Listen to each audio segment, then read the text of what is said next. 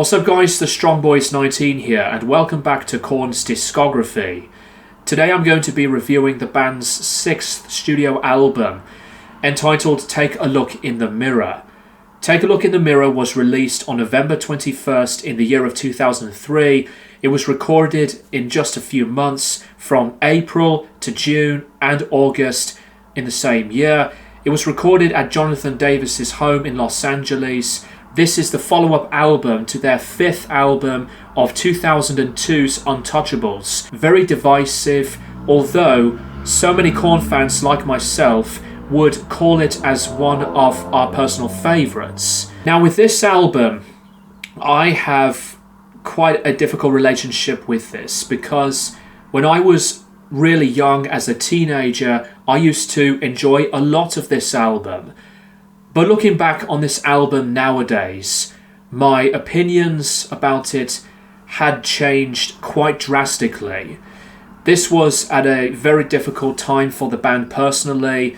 It's not just because that it was claimed by the rest of the band that this album was a complete force.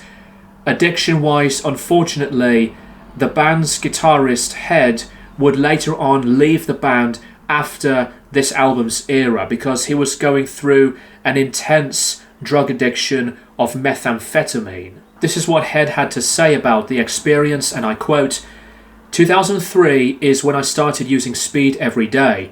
I almost got hooked on meth, and in order to get up and function, even play a show, I had to snort lines, And I told myself, I'll do this tour, I'll do this Ozfest, and I'll do meth the whole time, and I'll go home and check into a rehab. And it scared me, because I was like coming every month. I would tell myself, I'm going to stop this tour, and I wouldn't be able to do it.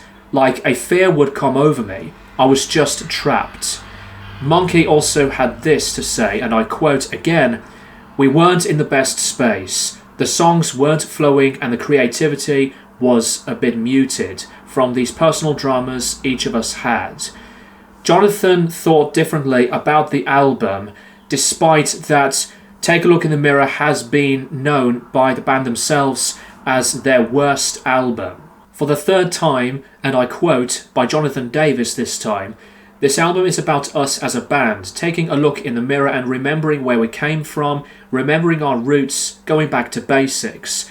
We reflect and look back why we really got into this band to begin with and why we started it. It's to make aggressive, heavy music. Over the years, we were just experimenting. It always was Korn, but it was different spins on what we were doing. So this time we wanted to make an aggressive, heavy album and just kill it. And that's why we produced it ourselves. Nobody knows Korn better than ourselves." The early to mid 2000s had started to make new metal become less relevant, and it has been declining further and further and further.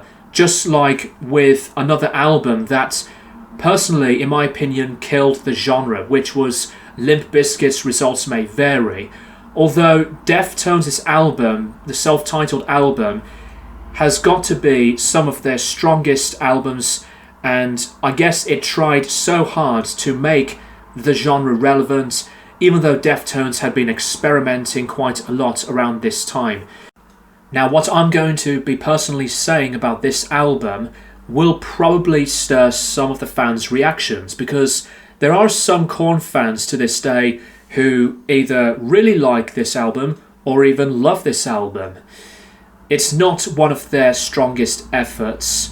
The flaws did come back again and again and again when I tried to revisit this album, and as much as that I have been an open-minded Korn fan myself, Take a Look in the Mirror unfortunately did not live up to the revisited expectations to enjoy the album as much as I used to. There were flaws on the sound of the production, some of the instrumentation, and I'll just go straight in and say it, lyrically it's not one of Jonathan's best. It's not as intensely detailed and well thought of like what the lyrics were through the previous albums like the aforementioned Untouchables and even Issues, in my opinion. The album opens with the single Right Now. The song is pretty jumpy, along with the drums to make a decent hook. The band had started the song immediately with a pretty aggressive sound. Jonathan's vocals sounded mean-spirited, and they have been layered through the loud chorus as the song goes forward. The lyrics are all about this feeling of being angry by everyone and everything in the world, increasing frustrations, and not knowing why he's feeling this way when he's, as describing it, blown away.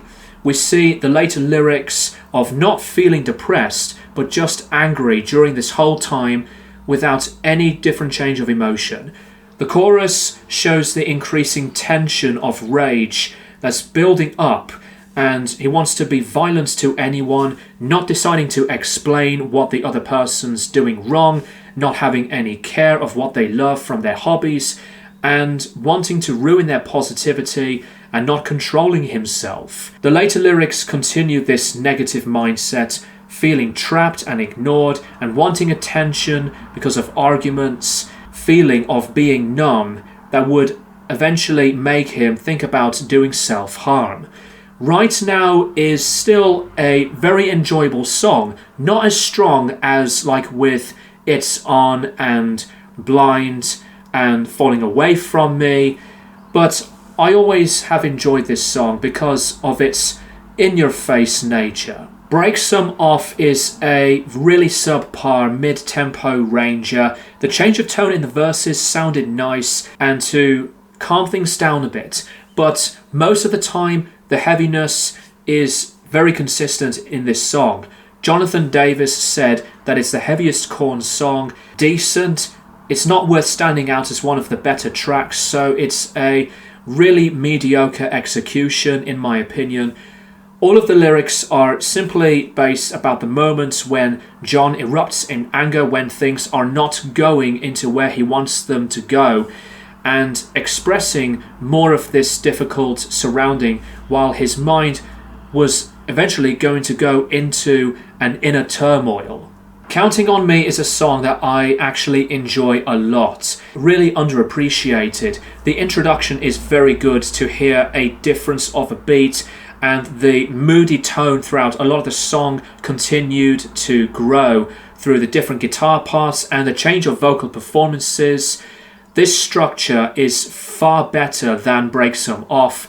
The sound of the chorus was intense, and I liked how darker it sounds through Jonathan's vocals to hear the moments of his melody that grew the strength of the track, yet it's still violent at the same time. The message of the song is about reaching out to someone who can't help themselves to fight through their demons and kept struggling. They're asking for help, but in reality, the other person doesn't have any sympathy, and they were never there for sharing the help and support. The mentally broken state of mind has been described through these verses, and it shows how difficult it is to cope with the constant pain and agony. Here it comes again, starts things in a weird sound of something like I've heard on either Follow the Leader or Issues to me. The guitars have been still heavy through the distortion, and Fieldy's bass, along with the fuzz tone of choice from him, is actually great. The pacing of the song has been pretty engaging, continuing the melodic feel. I really liked how the song has been progressing to follow itself as another very good song. The direction of the lyrics are simply around the whole experience of emotional pain and distress. The endless repetition of suffering has been overwhelming, trying so hard to battle through it. The later lyrics carry more of that emotional weight, and the desperation has been high, affecting the person's mental health. Also, there was a sense of determination to keep fighting, and despite the nature of all of it, there would be chances of hopefully finding a way to cope. Deep Inside is once again one of the weakest filler-driven moments on the album. The band tried so hard to grab my attention through what's been happening in the sound, but it is terribly bland and pedestrian. The lack of any catchy moment and hooks made this, to me, one of my least favourite Korn songs entirely. The lyrics refer to a similar idea of a person's emotions being bottled up and how the effects can hurt a person both on the inside and outside, doesn't have a sense of comfort, finding it hard to think and not telling the truth to anyone about how they're feeling. The hate has been staying with the person. Lyrically speaking, it's something very much alike to maybe Bottled Up Inside from Untouchables or any other song from that album. Did My Time. This has been, to me, the strongest song and single from this whole album. Repetitive guitar line, startling cymbals. The band made the song so strong, brilliant rhythm. The catchiness has returned. The atmosphere and the riffs were explosive and memorable. John's performance was a standout moment as he lets out some of his best deliveries from his performance. Easily the best song because not only it's one of my favourites, but it's some of those later Korn songs that has been so effective and as energised. The lyrics go to the way we think about ourselves in order to make a change with improvements and not being so negative when it comes down to moving forward to learn from our failures and mistakes. We all go through the experiences of failure, and to realise it's not worth taking more of the time to waste that time and not worry about it. The chorus is directly there to show that motivation and to go through a new direction of where you want to be during the change and to show the signs of improvements. There was the sense of dread of something that's trying to make John feel defeated and to not let him feel like he's completing his goals, while his mood of anger has been addressed. The anger has been a common part of self-doubt that has been hurting him and anyone else, and it could take away the improvements. Did My Time has been a terrific, amazing Korn song, just always one of their best songs. Everything I've Known is another disappointing track to me. I could never get through this one. After the amazing single of Did My Time, Everything I've Known is another single.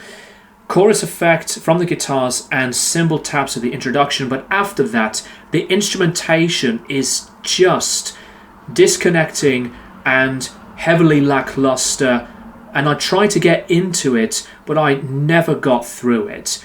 So many Korn fans would obviously appreciate this single more than me. It's a mediocre one at best, once again. The lyrics are this simple direction about a problematic relationship, possibly around John's difficult relationship with his other half at the time, thinking about the troubled times with the fighting, and to think about being in the relationship for quite a long time. Although weirdly, there would possibly be an interpretation of it like the decline of the music industry, but I don't see it in that way. And I think Everything I've Known is really around that relationship difficulty. Play Me with another hip-hop icon, Nas. The guest rapping and with Korn's usual signature metal sound.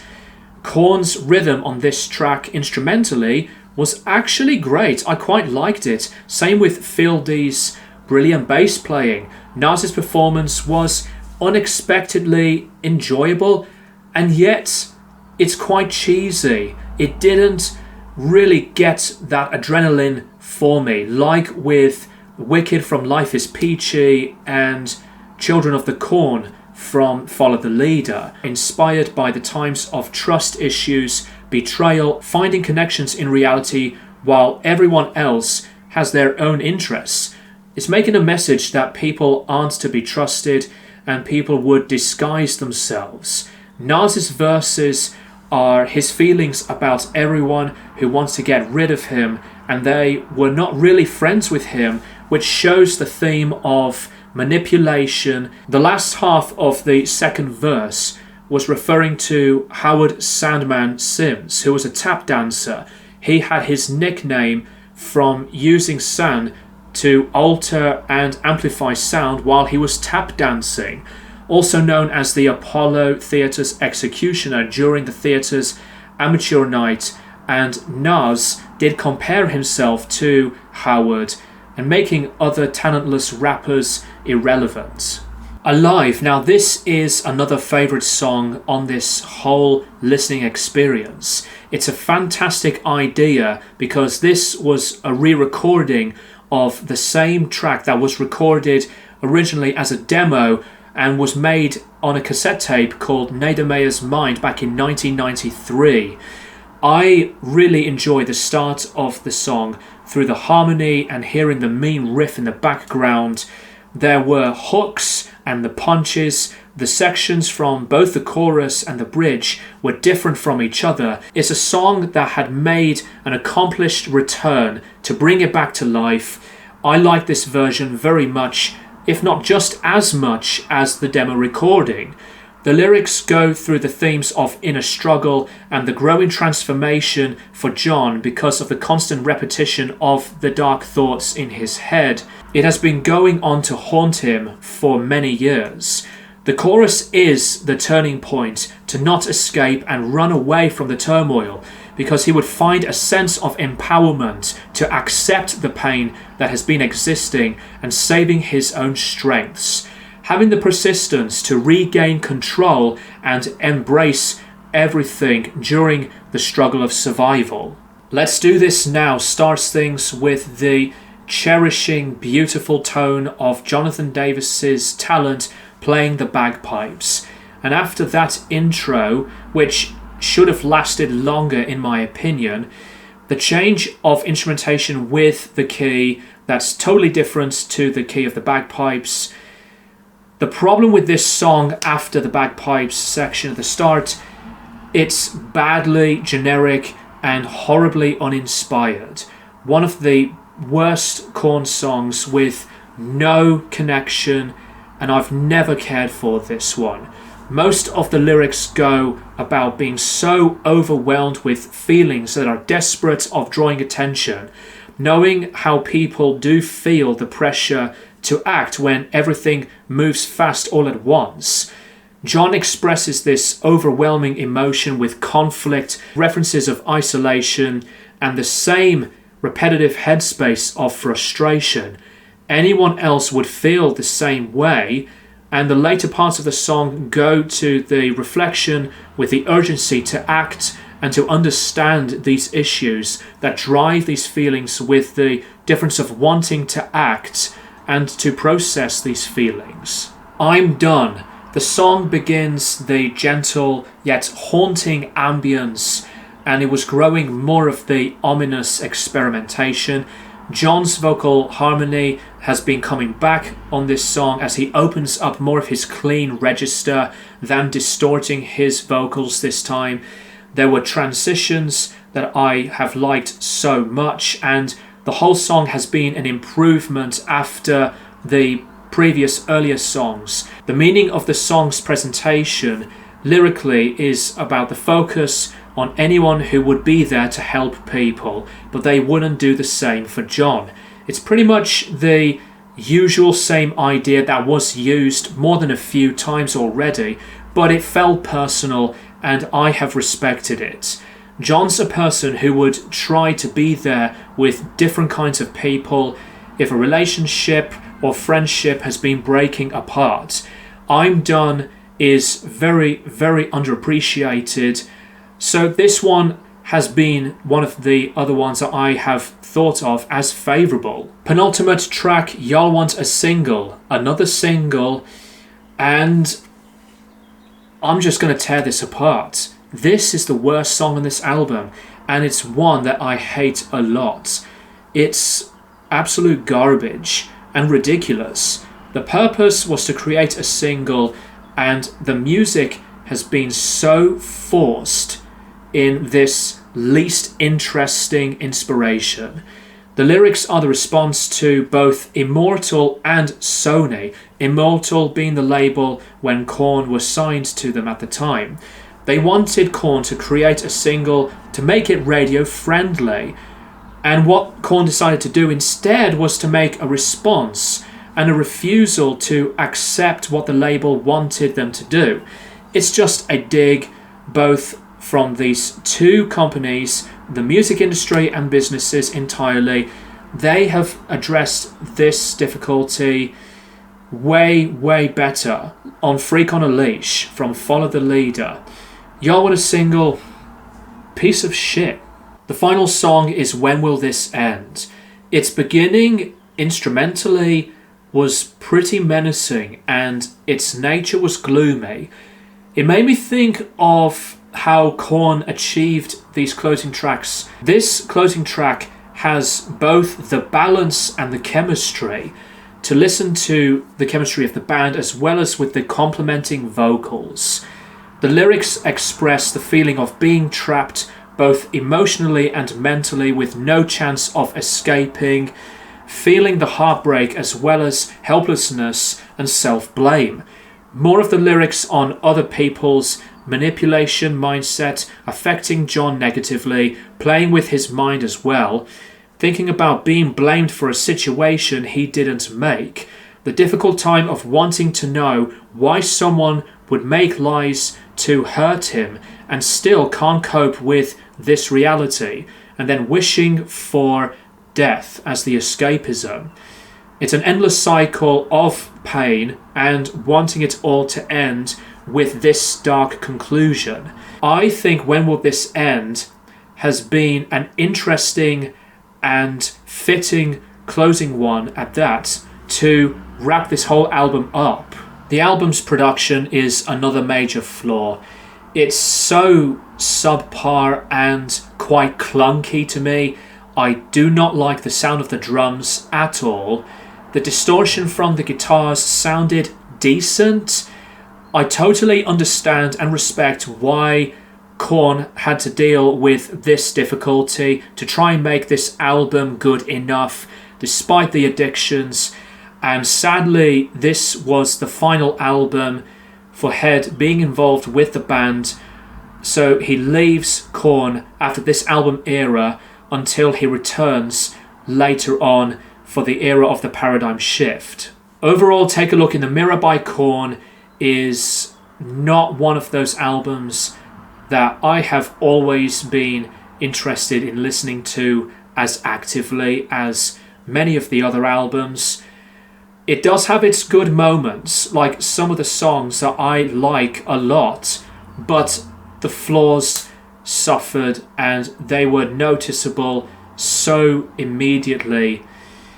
It's quite a shame because they had made Untouchables. That was a brilliant album, but with this, I think this album was made not just through a difficult time, but it is one of those really uninspiring and underwhelming albums in the whole discography. I'm going to give Take a Look in the Mirror by Korn a 5 out of 10. 5 out of 10 is what I would think is completely appropriate enough. If you think of this album differently from your opinions, please let me know in the comments down below. Thank you guys for watching, and I will keep you guys posted for more videos in the near future.